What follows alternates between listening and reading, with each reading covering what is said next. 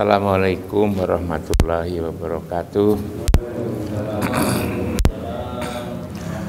Alhamdulillahirabbil alamin. Wassalatu wassalamu ala asrofil anbiya'i wal mursalin Sayyidina wa maulana Muhammadin wa ala alihi wa sahbihi ajmain. Amma ba'du. Ibu-ibu, bapak-bapak, jamaah sholat subuh yang dirahmati oleh Allah, kita banyak bersyukur kepada Allah. Salawat dan salam kita persembahkan ke hadapan ibutan kita Muhammad Rasulullah Sallallahu Alaihi Wasallam, telah mengeluarkan umatnya dari kegelapan kepada yang terang benderang, minadzulumat ila nur, dari keadaan gelap kepada keadaan yang penuh cahaya petunjuk hidayah, sebagaimana yang kita rasakan selama ini. Ibu dan bapak-bapak sekalian, semalam saya pulang dari Jakarta, sudah cukup malam, berangkat pagi, siang, malam harus sampai rumah lagi.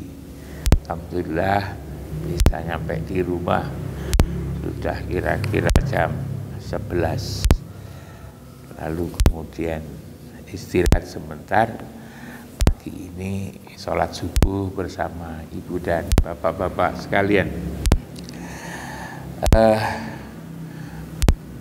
Puasa ini memang rasanya memang nikmat sekali ya. Kita bisa selalu diingatkan pada Allah dan pada Rasul ya.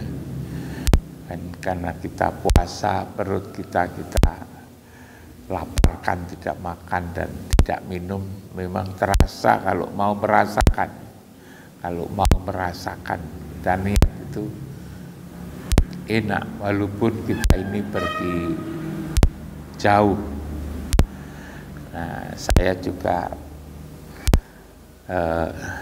ingat bahwa saya sudah sanggup pagi bersama-sama bapak-bapak, ibu-ibu untuk tadabbur, untuk mencarikan pemahaman tentang Al-Quran ini, mumpung ini bulan Ramadan.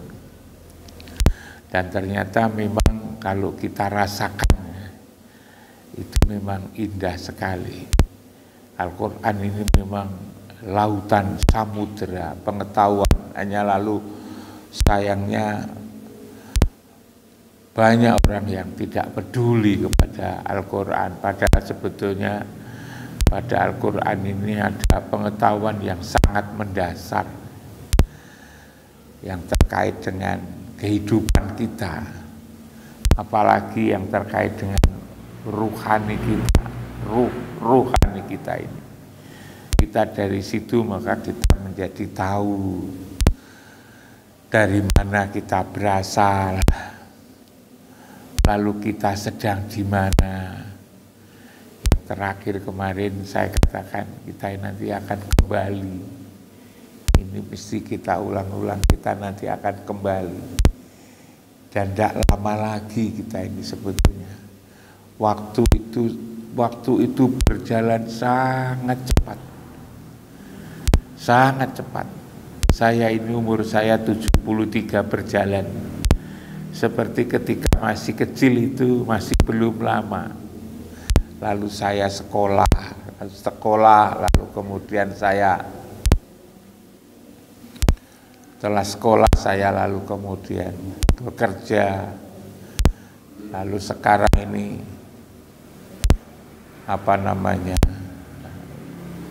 udah purna, sudah pensiun. Tidak dengar, sudah pensiun. Terasa masih belum lama ya, Nah itu memang berjalan cepat sekali, kita ini berjalan cepat sekali. Karena itu sangat iman-iman kalau kita ada dua pilihan kemarin saya katakan, apakah kita memilih kembali nanti Ketika kembali kita meninggalkan ruhani, ruh kita ini. Kalau jasmani saya katakan jelas, jasmani itu dari tanah, turunan Adam, maka kembali ke tanah, tidak perlu dipikir. Tapi ruhani kita ini, dan ketika kita mengakhiri hidup, kita nanti mengakhiri hidup, apakah kita ada lewat satu proses yang di surat Al-Fajr ayat 27 itu yang selalu saya ulang-ulang. Ya ayat Tuhan nafsul mutmainnah, hai jiwa yang damai. Kenapa damai? Karena sudah ngikut iman. Jiwa yang damai, ya ayat Tuhan nafsul mutmainnah, hai jiwa yang damai, irji'i, kembalilah kamu kembali kemana? Ila rabbiki radiyatan mardiyah, kepada Tuhanmu dengan ridho dan diridhoi. Fadkhuli fi ibadi, masuklah kelompok hamba-hambaku yang mulia. Wadkhuli jannati, dan masuklah ke surgaku. Ayat-ayat ini menggambarkan betapa indahnya ketika kita mengakhiri hidup. Ayat ini menggambarkan betapa indahnya tatkala kita mengakhiri hidup, dijemput oleh Allah dan Rasul-Nya, disapa dengan kalimat yang begitu indah. Di situ ada kedamaian. Maka lalu kemudian kita sering ya, apakah itu memang ada kaitannya kalau kita takziah, lalu kemudian orang berkomentar, wajahnya berseri-seri, wajahnya bercahaya, wajahnya bersinar, orang lalu menyambut gembira, bukan sebaliknya. Bukan sebaliknya, wajahnya kelihatan. Kalau yang kelihatan tidak bagus itu tidak diceritakan, tidak sampai hati menceritakan. Kalau wajahnya kurang bagus, yang kurang bagus itu mungkin di surat As-Sajdah ayat 11 itu tidak dijemput tapi dicabut. Kul yatawaffakum malakul maut, katakanlah malaikat maut akan ditugasi untuk mewakili, mewafatkan, karena tidak disambut oleh Allah dan Rasul-Nya sendiri, diwakilkan kepada malaikat maut, maka sakaratul mautnya itu menjadi berat.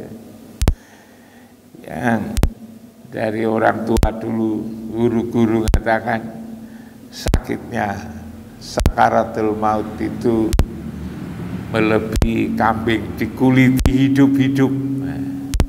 Begitu beratnya itu, begitu berat. Tapi karena orang tidak peduli, maka lalu kemudian hanya menerima akibatnya ini. Nah, inilah Ibu dan Bapak-Bapak sekalian, kemarin saya di akhir-akhir saya sampaikan ini, kita mesti harus memilih mulai sekarang ini, mumpung ini bulan puasa, bagaimana kita bisa mendapatkan kedamaian mulai pada hari ini sampai nanti kita dipanggil oleh Allah, lalu kemudian disapa oleh Allah dengan sapaan yang indah. Saya dulu pernah diberitahu oleh Pak Mudin sini, katanya itu memang beda katanya antara orang jenazah orang yang dekat, orang yang selalu berusaha mendekatkan diri pada Allah, Ya sederhana diukur katanya Pak Mutin. Dari kerajinannya ke masjid, ikut sholat dan tidak. Pak Mutin ketika itu ceritakan kepada saya, tolong kalau ada orang meninggal, orang mati, saya segera diberitahu. Saya mohon segera diberitahu. Untuk apa? Untuk merawat jenazah ini. Kenapa beliau pesan seperti itu? Karena jenazah, jasad orang itu bisa berbeda. Kalau orang yang tidak suka mendekatkan diri kepada Allah, katanya itu cepat berbau. 3 jam itu sudah berbau katanya. Sudah berbau dan menyengat katanya. Karena itu yang merawat itu kepingin segera itu loh, agar tidak lalu berbau, lalu tersiksa begitu katanya. Kalau orang itu tidak begitu peduli kepada hidupnya, tidak kenal Allah, tidak kenal Rasul katanya, menyengat, cepat menyengat. Tidak seperti binatang ya, binatang itu apalagi bangsanya belalang, gangsir gitu kan. Sampai sore, sampai malam itu tidak berbau ya. Tapi kalau manusia itu cepat berbau. Tapi katanya juga beda. Kalau manusia itu yang selalu mendekatkan diri pada Allah, ingat siapa tahu dia pada dirinya, siapa Rasul, siapa Allah, rajin menjalin komunikasi dengan Allah dan Rasul lewat sholat, lewat sholawat, itu juga bisa bertahan lama. Itu bisa bertahan lama katanya.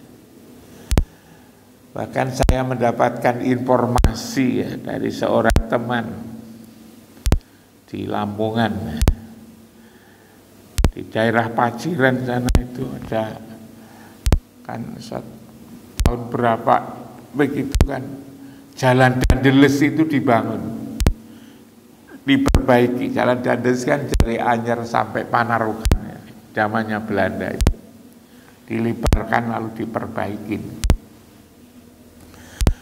Lalu dalam pelebaran itu nerjang kuburan, katanya nerjang kuburan. Nah, maka kuburan itu harus dipindah. Tidak boleh di atas kuburan dibuat jalan. Lalu ketika memindah itu tidak sedikit jenazah-jenazah, jangankan jenazahnya, kain kafannya itu tidak berubah warnanya, tidak rusak. Padahal sudah belasan tahun, kok tidak rusak? Jenazahnya tidak rusak, bahkan kain kafannya itu tidak rusak. Katanya orang sana, saya diberitahu oleh orang sana. Lalu urus sama urus, orang-orang seperti ini adalah orang-orang yang dekat dengan Al-Quran, hafal Quran katanya, hafal Al-Quran. Karena itu Pak Markus itu hafalkan Al-Quran, benar sekali Pak Markus itu, benar sekali. Hafal Al-Quran, orang yang dekat dengan Quran, dekat dengan Allah, dekat dengan Rasul. Ternyata cacing saja itu tidak mau. Jadi ada yang bisa bertahan lama, ada yang tidak bisa bertahan. Bisa bertahan lama sampai dikubur tidak rusak-rusak. Tapi ada yang 2 jam, 3 jam sudah berbau. Mati saja sudah menyiksa orang yang ditinggal. Mati saja sudah tersiksa, menyiksa orang yang ditinggal, berbau ketika itu memandikan, menyolati. Nah inilah Ibu dan Bapak sekalian, ini semua adalah tanda-tanda. Saya ketika dapat cerita itu, yang saya cerita sama saya itu orang yang sangat saya bisa percaya, orang sana sendiri. Saya tidak mengecek apakah itu betul atau tidak betul, tetapi karena itu sudah dan tidak perlu dicek menurut saya. Ini tentang kebaikan, mengingatkan kita betapa pentingnya kita beragama ini. Juga saya punya data sendiri gitu kan. Orang meninggal beberapa jam itu juga bisa dibedakan, ada yang kaku, ada yang lemes, ada yang kaku, ada yang lemes. Beberapa jam saja itu sudah kaku. Lalu kemudian untuk melepas bajunya ini tidak bisa karena udah kaku. Maka lalu kemudian kita lihat jenazah-jenazah itu kan kakinya ditali itu kan. Tangannya diginikan lalu ditali gitu kan. Udah kaku. Akhirnya untuk melepas baju itu harus digunting. Kaosnya digunting, celananya kan tidak bisa dilepas kan kaku. Tapi sebaliknya juga ada yang lemes. Dulu ada jamaah sini sama meninggal sama orang tuanya terhiran-hiran. Ada jamaah yang dikasih sini ini dulu, jamaah ngaji di sini. Bapaknya itu hiran-hiran karena masih muda, bapaknya masih hidup.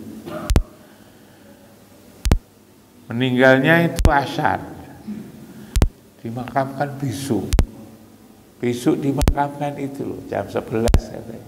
Masih lemes, diglak-deglek katanya, kepalanya itu kalau tidak ditindihan itu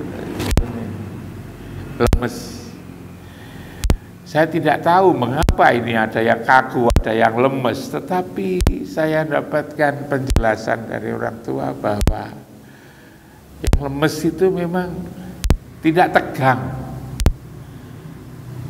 dia ridho untuk pulang, dia ikhlas pulang, mungkin karena disambut oleh Allah dan Rasulnya itu. Yang kaku, yang tegang karena masih tidak mau kembali mungkin, lalu kemudian dicabut, tidak mau kembali lalu dicabut, lalu kemudian tegang seperti itu. Nah, ini semua ibu dan bapak sekalian sebagai pelajaran sebetulnya. Kita ini apakah kembali nanti dalam suasana tegang, suasana segera berbau, sudah kembali saja itu menyiksa orang, atau kita ingin yang lemes.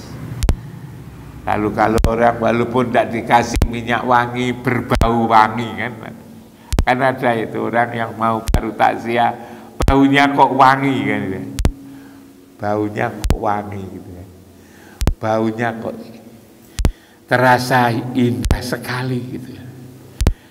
Nah, itulah ibu dan bapak-bapak sekalian, semuanya itu adalah pelajaran buat kita ini. Kita apakan apa yang telah dikaruniakan oleh Allah kepada kita ya. Itu kita apakan, apakah kita kelola secara tepat sehingga lalu kemudian kita menjadi orang yang selamat, yang baik, ataukah menjadi ini. Tetapi memang ini tidak sulit, tapi harus dilakukan ya, untuk membaca. Kita lalu dari sini ingat ayat yang pertama surat Al-Alaq itu, Iqra, bacalah, Iqra bismi rabbikal ladzi khalaq. Pertama ayat Al-Quran itu menyuruh kita itu untuk membaca.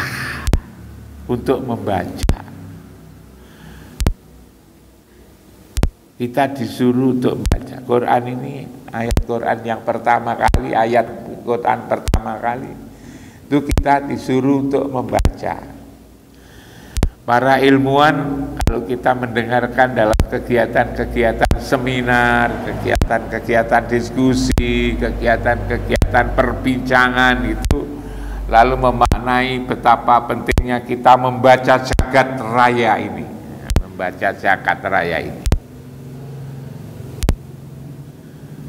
agar lalu dengan tahu jagat raya itu kita tambah iman. Dia tidak salah, itu tidak salah. Tapi sebetulnya yang justru lebih penting lagi. Yang justru lebih penting lagi adalah membaca diri kita ini sebetulnya. Sebab kita membaca di luar diri kita, kita paham ahli ini, ahli perbintangan, ahli angkasa luar. Tapi lalu kemudian kalau minus, ibu bapak sekalian, tidak mengerti dirinya sendiri, kita mengerti jagat raya, tapi kalau kita tidak mengerti diri kita sendiri, diri ini siapa? Maka lalu kita disebut sebagai orang yang tidak tahu diri. Karena tidak pernah membaca diri, maka sebutannya jelek. Adalah orang yang tidak tahu diri. Kalau orang tidak bersyukur, kalau orang yang sudah dibantu tetapi lalu tidak berterima kasih, atau pada orang tuanya sudah lalu tidak tahu diri, sebutan tidak tahu diri itu jelek banget. Dirasani orang tidak tahu diri, tidak roh dia iki sopo, itu jelek. Makanya Iqra bismi rabbikal ladzi khalaq itu seharusnya diawali untuk melihat diri kita ini siapa sebetulnya. Hanya problem untuk melihat diri sendiri itu juga problemnya tidak gampang itu ternyata. Di Al-Quran yang kemarin itu sudah kita baca tentang diri kita itu dikatakan kama arsalna fikum rasulam minkum yatlu alaikum ayatina wa yuzakkikum wa yuallimukumul kitab wal hikmah wa yuallimukum malam takunu ta'lamun. Sebagaimana kami telah mengutus kepadamu seorang rasul, kama arsalna bikum rasulan minkum, dari kamu, dari kalanganmu, dari kamu yang tugasnya adalah membaca ayat-ayat. Ayat itu bukan tulisan ayat Quran, tapi tanda. Ayat itu bisa kita maknai tanda, tanda-tanda yang ada pada dirimu. Nah, untuk memahami diri Pak Azim ini tidak gampang ternyata Pak Azim. Bahkan juga mungkin kita tidak peduli, tidak ada usaha untuk memahami diri kita ini. Diri yang mana gitu ya? Ya diri seluruh kita. Kita ini lalu siapa? Ibu dan bapak-bapak sekalian, kalau kita tidak paham, maka juga tidak menggunakan karunia Allah ini. Apa yang kita miliki ini lalu kemudian karena kita tidak tahu, lalu kita tidak rawat. Di Quran dikatakan itu, wa yu'allimukumul kitab. Yatlu alaikum ayatina. Rasul tadi mengajarin kita membacakan ayat-ayat yang ada pada diri kita. Dulu kita pernah ngaji bahwa kita ini berasal dari angin. Dalam tubuh kita ini ada angin, ada air, ada unsur air, ada unsur tanah, ada unsur api di dalam diri kita ini. Kita lewat agama ini lalu diajak untuk memahami bahwa di dalam diri kita ini, bahwa kita ini sesungguhnya hidup ini tidak berkuasa. Yang maha kuasa itu Allah, tapi diberi kuasa, qadirun, diberi kuasa kita ini sesungguhnya.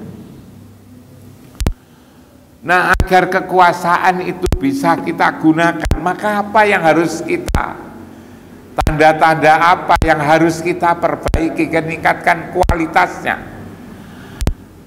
Di sana manusia itu berasal dari air. Air itulah lalu kemudian yang melahirkan apa yang namanya urat. Ada yang namanya otak ini, lah namanya tulang. Yang namanya urat. Ini apa? Yang harus kita rawat. Benak, urat, dan tulang. Benak termasuk otak, sungsum itu otak ini kita rawat. Ini adalah kekayaan. Kekayaan agar kita bisa menunaikan kekuasaan kita, mempunyai kekuatan. Bagaimana agar yang diberikan pada kita ini ternyata dikategorikan dari air itu, dari air. Toyo, banyu yang ada dalam tubuh kita itu. Itulah menjadikan dasar terbentuknya urat, tulang, dan benak, tulang, urat, tiga ini. Maka dengan benak, dengan otak ini, maka otak ini harus dilatih. Ini adalah ya. Otak ini harus dilatih agar kita bisa menunaikan kekuasaan yang diberikan oleh Allah kepada kita yang disebut dengan qadirun itu. Urat harus dilatih, urat. Tulang juga begitu. Sebab orang kalau otaknya bagus, uratnya lentur, bisa lalu kemudian tulangnya kuat, maka di situ bisa. Lalu kemudian setelah itu kuat, qadirun, ada murid. Ada kita tidak punya keinginan, tapi diberi keinginan. Kita ini diberi keinginan oleh Allah itu.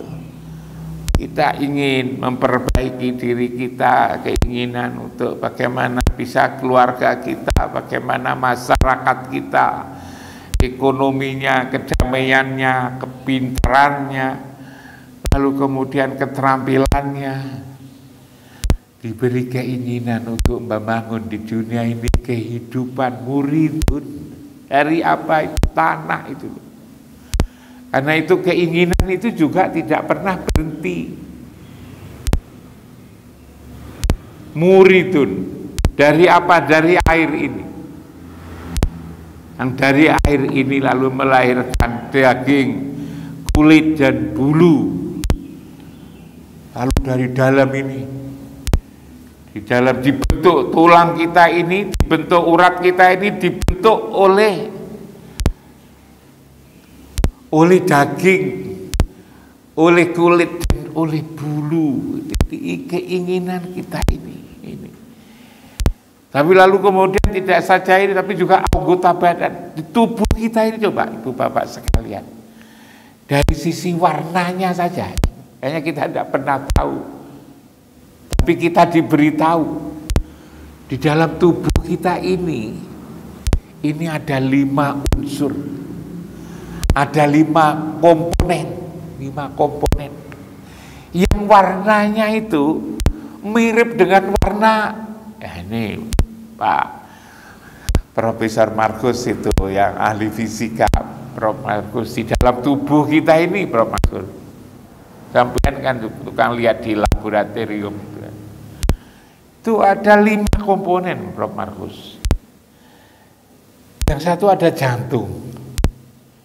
Jantung inilah warnanya persis dengan suasana waktu maghrib, kemerah-merahan. Waktu maghrib kan kita lihat kemerah-merahan, itu jantung. Lalu kemudian sebentar lagi berubah. Sebentar selain jantung ada yang namanya limpa. Limpa itu hitam. Warnanya persis suasana waktu Isya. Waktu Isya itu kan hitam. Itulah limpa. Limpa itu hitam. Lalu kemudian pagi, setelah malam kan jadi pagi, ini kan pagi. Apa warnanya itu? Ini ada keputih, tapi tidak putih persis, ada hijaunya. Lalu kita lihat putih, kehijau-hijauan, itu empedu. Lalu kemudian siang itu ada ginjal. Ginjal itu warna siang itu persis seperti ginjal, ialah putih.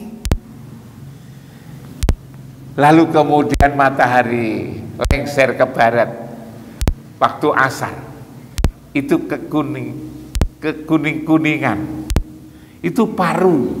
Ada 5 ini. Dari pagi jantung, lalu malam limpa, lalu pagi begini ini empedu, lalu ginjal, lalu paru, kekuning-kuningan.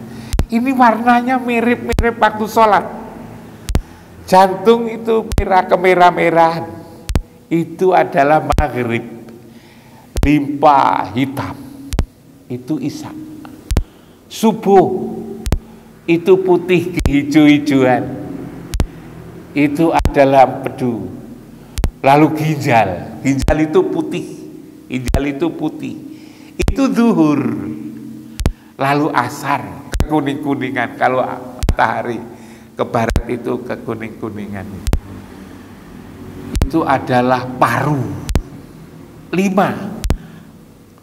Salat kita juga 5. Warnanya, suasananya persis ada yang ada itu unsur yang dalam tubuh ini. Saya dapatkan pelajaran dari guru saya, kalau kita itu sholat tepat waktu, ya, sholat kita tepat waktu, kita pelihara. Insya Allah kalau maghrib itu ya kuning, merah-merah, jantung kita ini sehat. Kita pelihara. Lalu kemudian malam limpa kita ini sehat kalau kita sholat tepat waktu, udah bolong-bolong. Lalu kemudian subuh, lalu kemudian zuhur, putih ginjal, lalu kemudian paru, kuning-kuningan itu sehat katanya itu. Nah, coba ini kan diajarkan tentang ayat-ayat, tentang tanda-tanda yang ada di dalam diri kita ini, Kita lalu beragama itu lalu menjadi tahu tadi, mulai dari benak, tulang, dan urat, lalu dari air, lalu kemudian dari tanah, itu adalah kulit, bulu dan daging, kulit dan bulu, daun dan bulu. Nah, ini adalah keinginan kita ini. Hayun, kehidupan itu di jantung, kan? Di jantung. Lalu kemudian ada lagi alimun, menjadi tahu, itu di hati. Lalu kemudian otak, yang nama telinga syami'un, basyirun, di mata, lalu mutakalimun, di mulut ini. Coba ini kan ayat-ayat yang seharusnya kita pahami. Paling tidak lewat agama kita ini bisa memahami tentang diri kita sendiri itu, lewat ayat surat Al-Baqarah. Kita sebut ayat 151 ini. Wa yu'allimukumul kitab wal hikmah. Yang kemarin katakan, ajari kitab. Kitab itu apa? Catatan-catatan yang ada di dalam diri kita ini. Maka ikra kita bacalah kitabmu. Ini membaca apa yang ada di dalam dada ini diajarkan oleh siapa? Oleh Allah lewat Rasulnya itu. Maka kama arsalna fikum rasulam minkum yatlu alaikum ayatina wa yuzakkikum, ya. Mensucikan hati itu sulit. Kita sendiri tidak bisa. Lalu kemudian kita datang kepada Rasul lewat sholat, lewat sholawat di Baitullah. Kita datang kepada Allah dan Rasul. Rasul yang mensucikan ini. Kitalah yang sholat, kitalah yang bersolawat, kitalah yang nyambung dengan Rasul agar diri kita ini disucikan. Yang kemarin saya katakan, kita ini mestinya harus jujur, kita harus sabar, kita harus ikhlas, kita harus tawakal, kita harus istiqomah. Ternyata tidak bisa, kita sendiri menyuruh bangsa sih jujur. Coba yang mampu siapa selama ini? Yang mampu membuat jujur itu kan tidak bisa. Kenapa jujur? Karena suci. Membuat ikhlas, membuat sabar itu tidak bisa. Seringkali kita berambisi agar murid-murid kita itu berperilaku, berwatak seperti itu. Jangankan kok mensucikan murid-murid, mensucikan istri, anak-anak sendiri tidak bisa. Kita ini tidak bisa. Jangankan anak-anak, istri, diri kita sendiri. Makanya lalu kemudian wa yuzakihim, ternyata Rasul. Itulah lalu kita sholat itu sebetulnya. Dengan sholat itu penyakit kita dicabut. Wa naza'na ma fi sudurihim min ghillin. Aku cabut apa yang ada di dalam dada ini min ghillin. Iri dan kita kabur, dicabut akhirnya menjadi suci. Mencabutnya di mana? Tajri min tahtihimul anhar, di tempat yang di bawahnya mengalir sungai. Yang kemarin saya katakan di Baitullah itu. Kala kita sana, kita pulang sholat, kita lalu damai, sedikit demi sedikit, akhirnya tidak berpenyakit. Dan ketika kita tidak berpenyakit, kita kembali kepada Allah. Allah Maha Suci, Rasul itu suci, hanya menerima yang suci-suci. Karena itulah ketika kita mensucikan hati kita ini lewat sholat, lewat sholawat, lewat nyambung dengan Allah dan Rasul, maka kita bisa diterima. Tadi katakan, ya ayat Tuhan nafsul mutmainnah itu. Jadi yang mensucikan kita mesti datang itu. Makanya qad aflaha man tazakka wa dzakara asma rabbih fasalla, sungguh beruntung orang yang mensucikan dirinya. Dengan apa? Dengan sholat, dengan ingat dan sholat. Jadi kuncinya ini, ingat dan sholat. Apa yang diingat? Ingat Allah sulit, ingat Rasul. Ingat Rasul sulit, kita masih dikasih sayang oleh Allah. Supaya ingat rumah Baitullah. Inna akhlasnahum bi khalisatin dzikradar. Aku mensucikan hati ini, akhlak, memuliakan, membaguskan akhlak ini dengan ingat rumah. Nah, ibu dan bapak-bapak sekalian, lalu kemudian diajarin Rasul juga bagaimana cara membaca diri kita. Wa yu'allimukum mul kitab wal hikmah. Ini hikmah, diberi hikmah. Ini ibu dan bapak sekalian, sesungguhnya menjadi indah sekali hidup ini.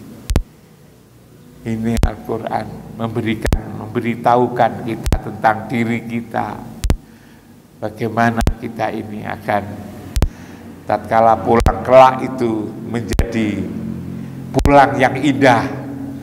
Pulang yang indah itu kalau tahu jalannya pulang. Pulang yang indah itu kalau tahu tempat pulang. Pulangnya ruhani.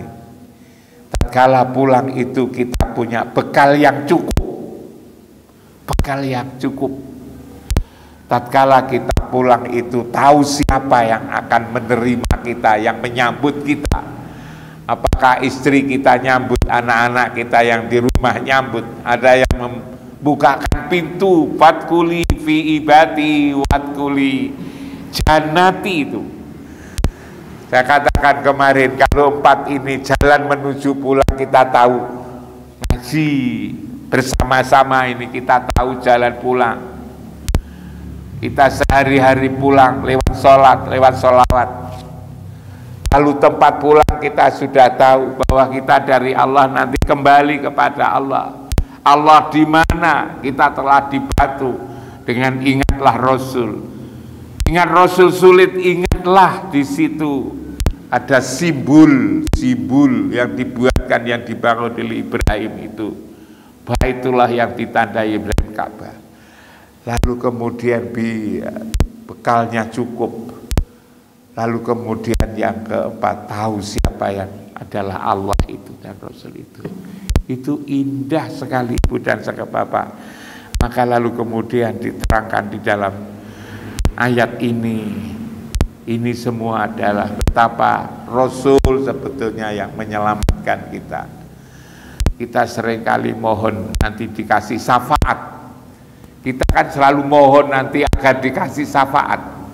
Sekarang pun syafaat itu sudah ada sebetulnya. Dengan ibu bapak diringankan kakinya, disehatkan pagi-pagi, lalu kemudian datang di sini. Ini kalau tidak pertolongan Allah dan Rasul, tidak bisa sebetulnya. Tidak bisa.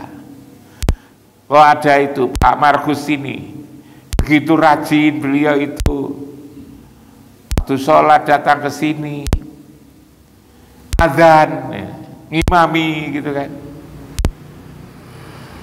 Maka padahal orang seringkali mengatakan ini orang pendidikan lebih tinggi kok makin dekat, makin rajin. Biasanya orang yang makin pintar itu makin tidak rajin. Pak rajin, ini pertolongan daripada Allah.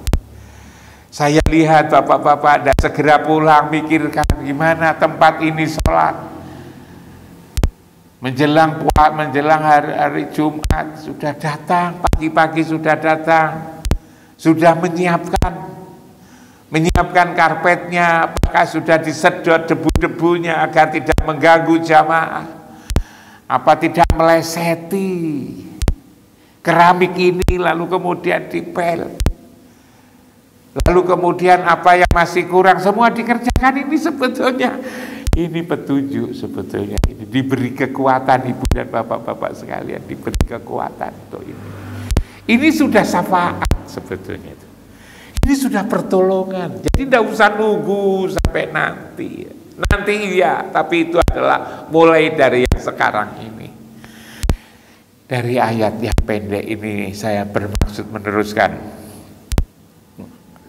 Ternyata mendapatkan nilai yang indah sekali. Makanya ayat yang berikutnya 152 itu, fadkuruni adkurkum washkuruli wala takfurun. Ingatlah, maka ingatlah kepadaku. Setelah ditunjukkan kama arsalna fikum rasulan, maka ingatlah kepadaku, aku pun akan ingat kepadamu. Bersyukurlah kepada aku dan janganlah kamu ingkar kepada aku. Setelah dikasih petunjuk ini, lalu kemudian